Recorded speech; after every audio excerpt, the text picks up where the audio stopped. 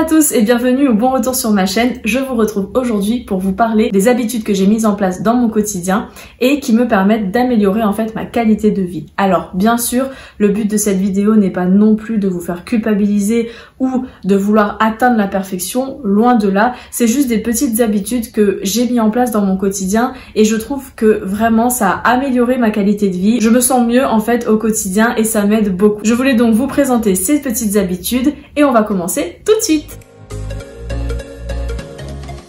La première habitude que j'ai mise en place, c'est la lecture. J'adore lire, j'aime énormément ça. À travers les bouquins, je me sens bien. Je me passionne pour toutes sortes de livres, mais j'ai vraiment deux sujets favoris. Le développement personnel, mais ça je pense que vous l'avez déjà deviné, et les romans en tout genre, tant que ça raconte une histoire, donc ça peut être du fantastique, de l'aventure, des romans avec du suspense, voilà. Une histoire qui soit prenante, légère et vraiment dans laquelle on se plonge complètement. Quand j'ai envie de faire travailler mon esprit, je vais plutôt choisir un livre de développement personnel. À travers ce type de livre, j'en apprends beaucoup sur moi, sur les autres, sur comment je fonctionne, comment les autres fonctionnent. Voilà, j'essaie un petit peu de comprendre le monde qui m'entoure et vraiment d'ouvrir et d'élargir mes horizons, de rester ouverte à toute idée et toute proposition. Je trouve que vraiment ce sujet-là, c'est quelque chose où on apprend toujours quelque chose de nouveau, toujours quelque chose de bien et c'est pour ça que le développement personnel, j'aime beaucoup. Lorsque j'ai envie de me reposer et de laisser mon esprit vagabonder, le laisser partir complètement, je vais plutôt choisir un roman, vraiment une histoire dans laquelle je me plonge totalement et où je suis toute seule avec mon livre. Voilà, on est tous les deux, on est très bien comme ça me fait du bien en fait. En général, je lis le soir en fait avant de dormir pour limiter les écrans et pour préparer mon corps au sommeil. Ce n'est pas très bon d'utiliser les écrans juste avant de dormir, ça perturbe en fait le sommeil. Donc la lecture est une bonne alternative avant de se coucher. J'allume des bougies, je crée une ambiance chaleureuse avec des lumières tamisées, je mets de la musique douce en fond, je prends mon bouquin et c'est parti. Il y a deux citations que j'aime beaucoup et qui représentent énormément ce que je ressens par rapport au livre. La première est celle de Montesquieu. Elle dit « Une heure de lecture est le souverain remède au dégoût de la vie ». Et la deuxième est de J. Addison qui dit « La lecture est à l'esprit ce que l'exercice est au corps ». C'est vraiment deux citations que j'aime beaucoup parce que je trouve qu'elles sont vraies. Ce qui m'amène à vous parler de la deuxième habitude qui est de faire du sport. J'ai commencé à faire du sport il y a 2 ou 3 ans. Au tout début, je le faisais à la maison, je mettais une vidéo sur YouTube, une vidéo sportive, il en existe tout plein, et je bougeais, voilà, 2 à 3 fois par semaine. Je prenais 30 minutes à 1 heure.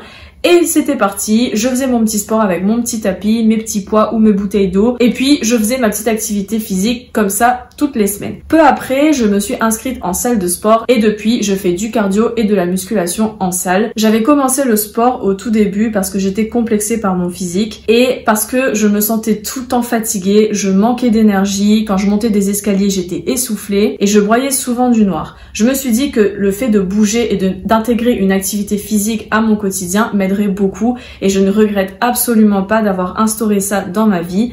Je fais 2 à 3 séances de sport par semaine et vraiment ça me permet de me défouler de ma semaine, des gens, des situations qui m'ont saoulée, touchée, énervée. Bref, je me défoule, ça me fait du bien et quand je rentre chez moi, je me sens toujours hyper bien après une bonne séance de sport. Bouger, c'est essentiel non seulement pour le physique mais aussi pour le moral. Au sport, j'ai associé ma troisième habitude qui est de manger sainement. L'alimentation, c'est quelque chose de très important pour moi aujourd'hui. Je prends le temps de cuisiner des choses très simples, mais des choses saines. Je trouve que plus j'ai cuisiné, plus j'ai apprécié le fait de cuisiner. Et du coup, maintenant, c'est devenu une routine quotidienne. J'ai arrêté aussi le grignotage intempestif puisque je grignotais beaucoup et j'ai remplacé tout ce qui est gâteau industriel bourré de sucre par des gâteaux faits maison avec des recettes plus saines ou encore par des fruits ou des graines. Je prends toujours le temps de faire le marché le samedi matin. J'ai la chance d'en avoir un tout près de chez moi, donc j'achète tout ce qui est légumes, fruits, œufs, tout ça, je les achète au marché le samedi matin. Petite astuce pour gagner du temps dans la semaine et pour ne pas se trouver des excuses pour ne pas cuisiner les légumes les soirs de la semaine quand on n'a pas beaucoup de temps. Ce que je fais, c'est que quand je fais le marché le samedi, et bien le dimanche, on se prend un petit temps avec mon chéri pour préparer tous les légumes. On les lave, on les prédécoupe et on les stocke dans des boîtes, donc soit des Tupperware, soit des bocaux en verre. Comme ça, les soirs de la semaine, lorsqu'on veut les cuisiner, il n'y a plus qu'à sortir le bocal du frigo et la cuisine se fait beaucoup plus facilement et rapidement. Du coup, on a un gain de temps énorme et surtout, on n'a plus la flemme de cuisiner. Lorsque le corps trouve son équilibre entre une activité physique, une bonne alimentation et aussi du repos, le mental suit beaucoup plus facilement le mouvement et du coup, on va devenir de plus en plus positif, enthousiaste. On va avoir envie de faire plein de choses et de mener la vie que l'on souhaite. Ce qui m'amène à vous parler de ma 4e habitude qui est de dormir suffisamment. Se reposer est essentiel pour moi. Je prends toujours le temps d'avoir 7h30 à 8h de sommeil par nuit. Je n'ai pas besoin en fait de boire de café ou de thé pour me réveiller le matin. Lorsque j'ai du thé, je peux boire une tasse de thé le matin, mais en fait une infusion me suffit largement. Tant que c'est une boisson chaude, ça me va. Mais en tout cas, je suis quand même assez contente parce que j'ai pas besoin de ça pour me réveiller ou pour tenir tout au long de la journée. Alors bien sûr, j'ai mes coups de mou, il m'arrive de prendre un café ou une tasse de thé pour justement me réveiller un petit peu, mais c'est très rare. Le sommeil est essentiel pour la régénération de nos cellules. Ça permet de lutter contre le vieillissement prématuré et aussi contre certaines maladies. En tout cas, de mon côté, quand je manque de sommeil, je le sens à 100%. Je suis plus fatiguée, je suis irritable, à fleur de peau. Je suis beaucoup plus sensible que d'habitude, alors que quand j'ai une bonne nuit de sommeil, je me sens vraiment en pleine forme pendant la journée. Ma 5e astuce est de bien s'hydrater. Alors oui, on n'y pense pas souvent, mais boire de l'eau, c'est essentiel. Il est recommandé de boire 1,5 litre par jour et on y arrive plutôt facilement. Il suffit d'avoir quelques petites techniques pour bien y penser. Boire de l'eau contribue au bon fonctionnement de notre corps et de notre esprit. Ce que je fais pour pas oublier de m'hydrater pendant la journée, j'ai toujours ma petite bouteille d'eau pas très loin de moi. Quand je travaille, voilà, elle est ici, posée sur mon bureau et comme je la vois, je vais automatiquement penser à m'hydrater régulièrement. Plus on prend l'habitude de boire, plus notre corps va en demander naturellement. Souvent quand on a faim, ça peut être un signe de manque d'eau en fait. Aussi, hydrater son corps de l'intérieur vous permet de voir la différence sur votre peau à l'extérieur puisque celle-ci sera hydratée en profondeur.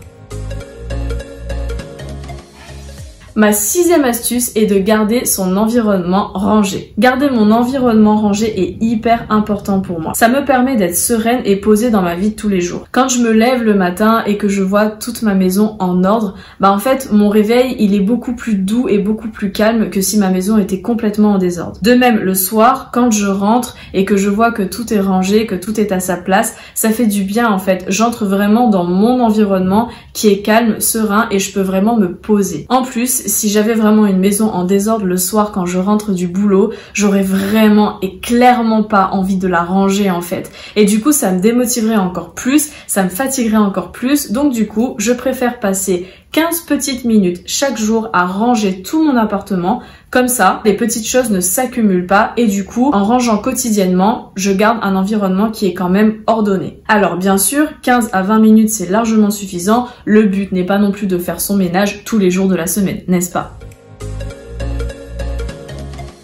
Ma 7e astuce est de bien s'organiser. M'organiser est devenu essentiel. Pour cela, j'utilise mon bullet journal pour préparer mon mois et ma semaine. J'y planifie les choses importantes, les rendez-vous à ne pas louper, les événements, et je planifie aussi les choses beaucoup plus banales comme faire des lessives, faire les courses, arroser les plantes, faire mon planning de repas du soir, etc. Dans la semaine, je rajoute les tâches au fur et à mesure si besoin. Il m'aide également à tenir mes habitudes et à surveiller mes humeurs. C'est très important pour moi pour voir un petit peu comment je fonctionne et quel est le mood général dans lequel je suis. Pour en savoir un peu plus et apprendre à utiliser un bullet journal, je vous mets les liens juste ici pour que vous puissiez aller voir les vidéos.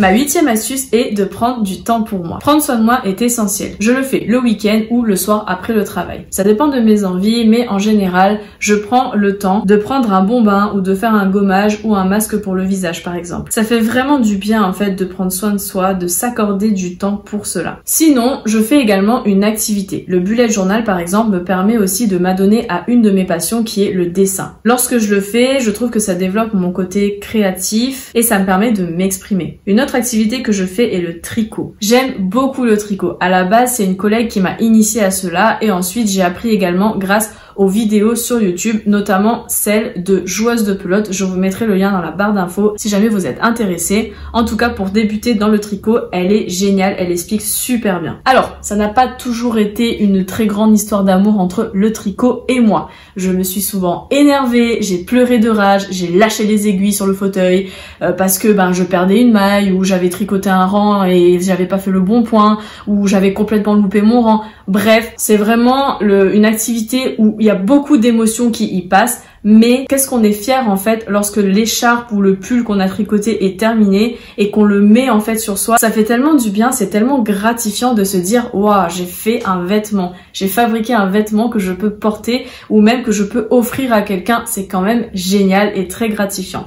En tout cas, avoir une activité manuelle, ça me permet de faire le point sur moi, d'être seule avec moi-même, de compter sur moi en fait, d'apprendre la patience, d'apprendre à avoir confiance en moi, d'apprendre également la persévérance, puisque effectivement lorsqu'on fait une activité et qu'on veut réussir à faire quelque chose, à avoir un résultat, on va persévérer, on va être patient, on va prendre confiance en soi et se dire bah non, je peux y arriver, allez, on y va. Et en fait, je trouve que ça booste vraiment la confiance en soi. Mais en tout cas, moi, ça m'aide beaucoup en fait de prendre du temps rien que pour moi et vraiment d'être dans ma bulle en fait quand je fais mon activité. Je suis vraiment seule avec moi-même et ça me fait un bien fou. Ma 9e habitude est d'avoir de la gratitude. Avoir de la gratitude envers ce que j'ai au quotidien. Je remercie toujours en fait de toutes les choses que j'ai, que ce soit un toit au-dessus de ma tête, un travail, un salaire, l'amour qui unit mes proches et moi, ma famille, mon chéri, mes amis. Vraiment, je remercie toujours en fait pour tout ce que j'ai au quotidien. Je m'émerveille aussi pour un rien. J'adore admirer le lever et le coucher du soleil. Je suis complètement fan de ma petite orchidée qui est juste là et qui me fait juste des fleurs magnifiques.